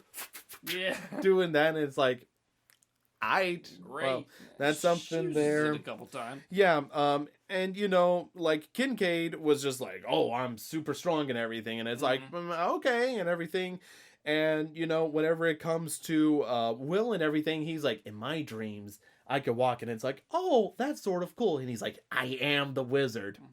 What? And he basically turns one of the Newton balls that are flying around everywhere because Dr. Gordon hit it into oblivion, realizing it is a dream, turns it into a butterfly. He's like, I am the wizard. And it's just like... he can do magic. Yeah, okay, magic, cool. And then Taryn ends up coming up. She's like, in my dreams... I'm bad to the bone, and she has the biggest mohawk I have ever seen, and bound leather, and dual switchblades going, yeah. And I'm like, you didn't need to go this far to say you're a badass. If anything, you just look like a dork right now. She said, I'm bad and beautiful. Oh my god! And I was just like, this is the dorkiest thing I've ever seen in my life. But in a high school mentality in the 80s, when you're a heroin addict or whatever she was, I'm glad she shot up a lot. I'm assuming heroin. Yes. Yeah, I guess that's your image of cool, and I'm not going to say no. I mean... you didn't convince me of that until you said heroin addict. I'm like, that makes sense. Her brain's still messed up. Permanent brain damage. But, like, she was... I mean, I kind of like the aspect that, like, not everybody's powers were the same. Because, I mean, some people can fly in their dreams or whatever. And some people go to school in their underwear over and over. Whatever. So I guess people have more control in their dreams than others. But Yeah. But yeah, no, I did think it was funny that she was like, I'm bad and beautiful, and then she just like she gets one stab in on Freddy, and then immediately gets like heroined to death. Yeah, it's oh my god, you have no idea because I expected these big fight set pieces there. Mm-hmm. Do not go into this film expecting like Matrix level of fighting. They get bodied pretty hard for the most They get part. separated. Freddy was like, I don't want an Avengers scene. I don't want anybody doing like a backflip off a Cap's shield and punching me in the face. All right, we're gonna split you up. And I'm gonna kill you one by one. I know how to do this. This is the way I do it. It's my world. I don't want to There hear we go. that. Like that's when it's over for you guys. We're splitting you up. Oh my god, yeah. Yeah, it's yeah, because it ends up being like a situation where, you know, Nancy and Dr. Gordon are fired from the ward and everything. Mm-hmm. And it isn't until, you know, Dr. Gordon gets that sweet lore about Freddy Krueger where he's like, I know what I must do. We must find the body and bury it in hollowed ground, essentially, there. And, you know, Nancy's like, okay, yeah, I believe you because nobody else knows anything about Freddy Krueger except my dad. So let's go Right. check this out. And, you know, Dad's like, I don't want to help out. My wife's dead. Right. You know, yeah. And then Dr. Gordon just immediately intimidates him after he gets a call where basically they're like, they locked Kristen up. You know, they're sedating her. We can't get to her. They're like, all right, Nancy, you need to go out and get to her there. And again, it's sort of like one of those things that you believe like the steps they're taking there, but it is also like, okay, this is taking some wild turns and everything because once Nancy's there, Lawrence Fishburne's like, look, I can't let you in here. You're not allowed to see her at all. And it's like, please, I care about the kids. It's like, look, even if you do care about these kids, you have to agree there's been a lot of messes caused because of this there. And she's like, well, can I say bye to the other kids? He's like, yeah, fine. I guess that's allowed since they're not in solitary confinement. But whenever she goes there, she's able to go to sleep and meet up with Kristen in her dreams. And that's whenever Freddy starts dividing them up and everything. And they start to have their one-on-one showdowns there. And we could talk about Taryn being in the back alleyway with the hobo that walks by that you think is Freddy Krueger, but psych, no, it's just a random dream hobo, you know, usual appearance. And he's there, and, you know, again, she gets one good stab there, then he pulls out the heroin fingers, and her old bites creepily, it's done well, but creepily sort of like, you know, making like sucky lips there, and I'm like, ugh, and he just like shoots her up essentially and kills her, and it's just like, well, that was short-lived and everything. I was expecting a lot more of a bigger fight, but no, I guess not. Yeah. And then one of the other scenes ends up being with Will, who's being chased down by a medieval torture-looking wheelchair there, being dragged down, and he's about to get rammed over, and then he dodges it. And whenever Freddy tries bringing it down, he's like, I am the wizard! And he just... The power of elvish whatever. Shoot some green lasers. He just explodes the chair and everything, and he has like this cloak, and you know, Freddy's like, oh, what? And he's like, in my dreams, I am magic! And starts shooting Freddy, and Freddy's like, no! And he's just luring towards him with the magic. Then Freddy just grabs him. He's like, die. Yeah. Like immediate death. Like the fight is so anticlimactic. It was enough that him and Taryn both. Wasn't sure if they were dead or not because they didn't like linger on it at all. Like they got stabbed and then it was just next scene, and I was like, but then they weren't in the rest of the movie, so I was like, well, I guess they are dead. Yep. The first time I watched that, I just got pissed because I was like, oh hell yeah, Switchblade battle. Yeah. Oh. That's over. Wizard battle? It's over. Yeah, it's over. So I think that because I set up expectations on like having big dream fights or stuff like that, it just like disappointed me there. Yeah. Whereas this time going into it, I'm like, yeah, these fights are gonna suck, but I was still able to enjoy it. You know, again, just being like, well, I still think it's cool they were trying to be creative with it. It's just sad it was so anticlimactic with the resolution, just like. Yeah, for a movie called Dream Warriors, these warriors suck. Yes, wholeheartedly tagline of the film there, essentially. But whenever it comes to Nancy, Kristen, and Kincaid teaming up, I do love Kincaid's entrance, just busting through the walls there. And he's like, hey guys! And like, Kincaid's confidence is through the roof, mind you. It is just like, you know, breaking through, essentially. And just sort of like the threats he makes with Freddy Krueger just makes you laugh, essentially, there. Because he is like firing on all cylinders, just being super mouthy and everything. Whenever they end up finding the door that leads to Freddy's lair there, again, I do like how it takes him back to the boiler room, because again, that's his aesthetic, that's his vibe there. Yeah, just that's essential. Domain, and the fact that they see that Joey is still alive there, just hanging on over this pit of fire there, which again is visually interesting to watch and everything. And I do like whenever Nancy's trying to run down to him, the pipe starts falling apart, but then Kincaid's able to pick it up and hold it up. Like, it feels like they're working as a team sliding down there. And then of course Kristen gets to do her sweet kung fu moves, beating up Freddy a little bit before she's knocked down on her butt. And then Kincaid comes in with the pipe swing and the stab. And then, of course, you know, Freddy pulls out the pipe because he's like, oh, you can't get me. Doing that while Nancy rescues Joey there. I do love the part whenever he does have to dissipate away, because Dr. Gordon and Nancy's dad end up finding the body in the car junkyard, essentially, there. And I guess he's deciding to bury it right there. I do love Dr. Gordon's line. It's like, we got a funeral to attend. You know, it's just so dumb and cheesy. But yes, that was it. That was great. But him just grabbing the bag of bones there.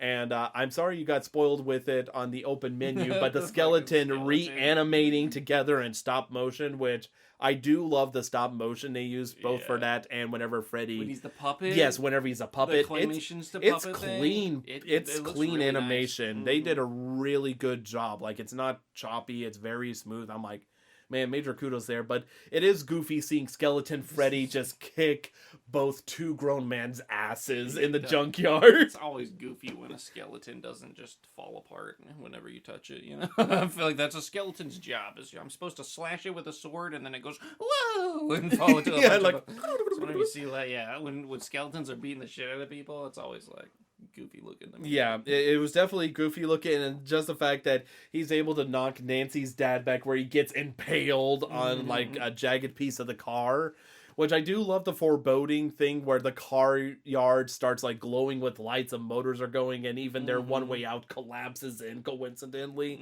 It's like, okay, like Freddy is just like Freddy's a force of supernatural energy there. But then all of a sudden, after he feels like he's kicked both their asses, he returns back to the dream realm to try to attack them, and he manages to, again, trap them in this mirror room there, where he's dragging them into the mirror world. Which I like that. I like how instead of just making multiple versions of himself, he just uses the reflections to try to grab people. And then, of course, Joey's big moment where he's silent the entire time. He screams, which causes the mirrors to shatter and everything, freeing everybody. And it's like, I guess you found your superpower. Yeah. You know, so that's... found your voice, kid. Everything's good, flatulent noise and all and everything. Perfect. Yeah, so yeah, it's fun there. I will say the next thing that follows up is one of the dumbest things I've seen, where it's like they enter this one room and you see this glittering light flow down and then expanded like a horrible PowerPoint. I hated that until I knew what it was, and then I thought it was really funny because I just imagined Freddy did that on purpose. It was just like cheesy special effects. Oh my. Okay, you know what? I think you might have saved it for me. You might have saved it for me if Freddy did that intentionally. Because if that was actually her dad being like, I've moved on or whatever, then it was just really stupid. But if you imagine it in like a Jim Carrey-esque, like fucking cheese moment from Mr. fucking Blade Hands here. Yeah. I mean, yeah, then it was really funny. Like after I realized what it was, I was like, okay. Maybe like if they did that on purpose, then that's funny. You know what? You saved that scene for me. You saved that scene because I'm like, I can't take it seriously. But now understanding the context that it's just Freddy fucking with them, it makes it so much better. They're just like, I've moved on and everything. And then, you know, like Nancy's hugging her dad and then, oh no, she gets stabbed. And as she falls over, coincidentally, Dr. Gordon just wakes up and then starts, you know, basically blessing the body with holy water, which is also just a funny scene because whenever he's getting the holy water earlier, he's running into the church with an empty liquor bottle Nancy's dad had, runs in and just like plumps that into the holy water, steals a crucifix, and the priest is like, what are you doing? And he's like, I'll pay for it. Take my driver's license. And he just leaves. And the priest doesn't even say anything because you can't say nothing to that, but he's just slinging it down and he's just, I guess Dr. Gordon, not being a religious man, knows all the right religious say-sos on what to do. Knows the whatever the Catholics say when they bury a body. Yeah, I forget what he says. Yeah, and then Freddy spins around glowing and just explodes, being the end of it, while everyone mourns the death of Nancy, which kind of feels cheap, if I'm being honest, like her death. It just feels like she's not going to return back for sequels. We gotta, like, this is like the agreement. I'll come back to this movie if you kill my character, essentially. But is she not in any sequels? Because I feel like they set her up for something that they probably don't ever do. I will say she returns for one film, but it's not what you think. Oh, okay. Like it, because I thought that they were obviously setting something. I don't know how I feel about it. But whenever she was dying, the blonde girl whose name continues to escape me was like holding her and was like, no, like, only good dreams for you from now on, or something like something about like being on the land of only good dreams or something.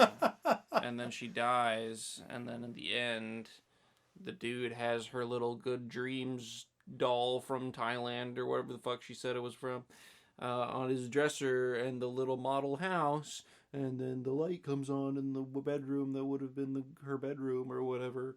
And so it's like, oh, she is still in dreams or something. But it's, I don't know. In all honesty, I like that you perceived it that way, because I just perceived it as like, Freddy's back. Yeah. I figured that's actually what it was, because they got to make more movies with Freddy. But that's like what it seemed like they were hinting at to me based on that one line of dialogue. She was, anyway. Okay, well. But, I mean, I'm sure they don't go that direction in future films, but it would have been cool if they did. Yeah, it would have been cooler if it was more of a happy note as opposed to, like, Freddy's back, right, essentially. Because then it was, like, sinister music and then credits or whatever, so I'm like, yeah, it's Freddy. But, like, it's kind of, I don't know, it just kind of seemed to me like it was like, oh, her spirit's still in the dream world or whatever. Yeah, it's odd. It definitely just sort of, like, just wraps up. Again, we see Ghost Nun lead Dr. Gordon leaving Nancy's funeral, essentially, to go see, this is Amanda Kruger. You are the mother of Dream Hitler. And then it just shows him happily asleep, having taken her dream doll, because I guess she doesn't need it anymore, as well as the paper mache house. Which, like, was it just, am I tripping, or was it not the same? Was it like a nice version of the house and not the like boarded up one, or was I just tripping? It was the original one, which wasn't boarded up, although she did draw stuff initially. It was like a completed version of it. Yeah, okay. But yes, it was a nice version of the house at the end. So Yeah, that's Dream Warriors, guys. Dream Warriors. Dream Warriors. So, Dream that. If you can dream it, you can dream it. Aside from that, Bud, anything else you want to talk about with this film or anything like that? Nope. Okay. Okay. So we're just gonna jump ahead here to the next film, which the next film we're going to be watching takes place 17 years later in the magical year 2004. Wow! Exactly. And this is a remake of a Japanese horror film. Again, we're kind of doing the Ring treatment where we're watching the remake instead of the original. We'll probably need to watch the originals at some point on the podcast, but that's neither here nor there. And probably don't know the director, but it's Takashi Shimizu.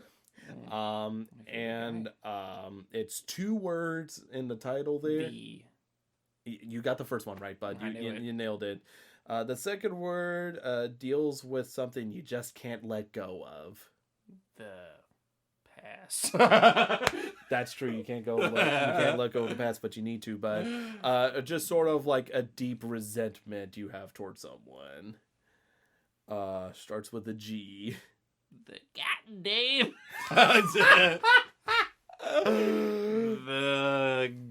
The grievance. You got the GR right. The grief. The grave. I'm so dumb. You're fine, dude. You're fine. It rhymes with fudge. The Grudge. Yeah. Yes, The Grudge. I forgot that was a movie. All right. Yeah. It's a film that, we probably heard a lot growing up and everything. So it's time that we take a look-sees at it. So thank you all so much for listening to this episode. We'll see you all again next time when we're Poppin the Scary with The Grudge.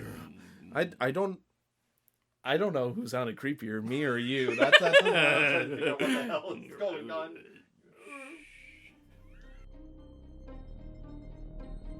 Be sure to subscribe to our YouTube, Castbox, or iTunes platforms to stay up to date when new episodes drop. To see what Aaron and I are up to, check out our respective Twitter accounts. For me, it is @CoalkirkVA, and for Aaron, it is @AnimalGameDev. Thank you all so much for listening to our podcast. We'll speak to you all again next time when we're Poppin the Scary.